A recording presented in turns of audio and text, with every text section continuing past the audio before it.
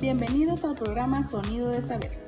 Hoy tenemos el honor de estar con un invitado especial, quien con una mirada crítica y revolucionaria marcó la historia del pensamiento latinoamericano, José Carlos Mariátegui, un gran intelectual peruano que nos ha dejado un legado que sigue siendo muy relevante en la actualidad.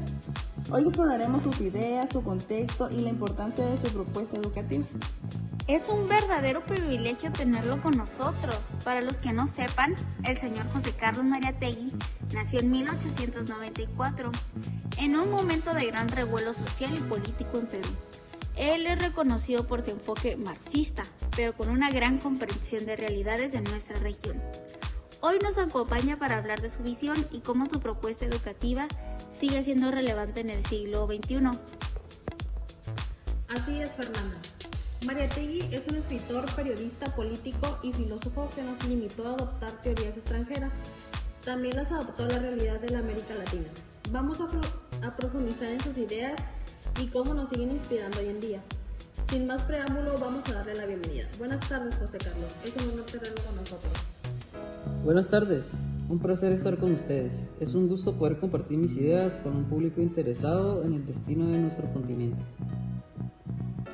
Entonces, señor José Carlos, nació en 1894 en Perú, revolucionado por la lucha entre clases sociales y la influencia de potencias extranjeras.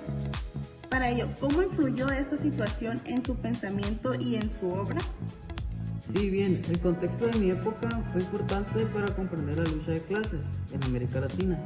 Viví en un país marcado por la desigualdad y la pobreza, especialmente en las zonas rurales.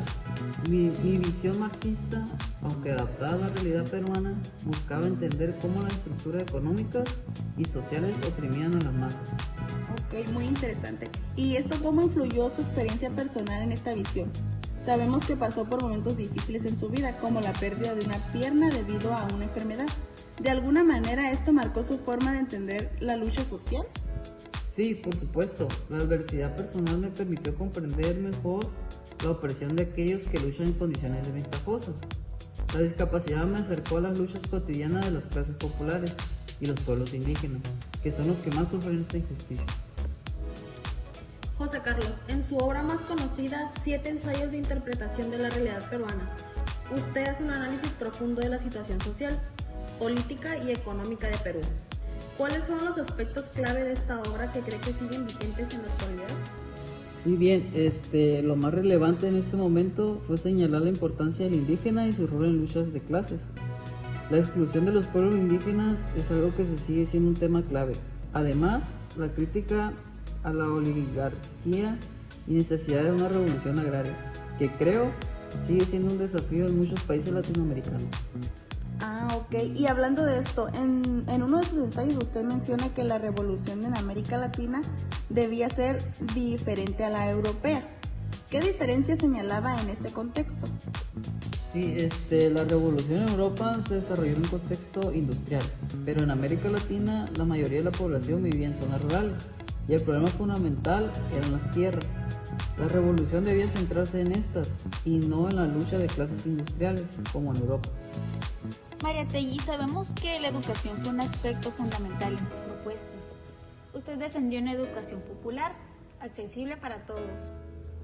¿Por qué considera que la educación es tan crucial para una sociedad justa? Sí, la educación es una herramienta clave para la emancipación. Una educación que no esté al servicio de clases dominantes, sino que busque formar individuos críticos y conscientes de su realidad. Creo que es necesario que las clases populares sean educadas para que comprendan y puedan transformar su situación. Muy bien, en ese sentido, ¿qué opina de la educación que tenemos en la actualidad? ¿Cree que es posible implementar su propuesta educativa hoy en día? Sí, la educación sigue estando al servicio de la élite en muchos países. Para lograr una verdadera transformación, la educación debe centrarse en la realidad de los pueblos, en su historia y en su capacidad para organizarse. Hoy más que nunca necesitamos un sistema educativo que forme ciudadanos capaces de cuestionar el orden establecido.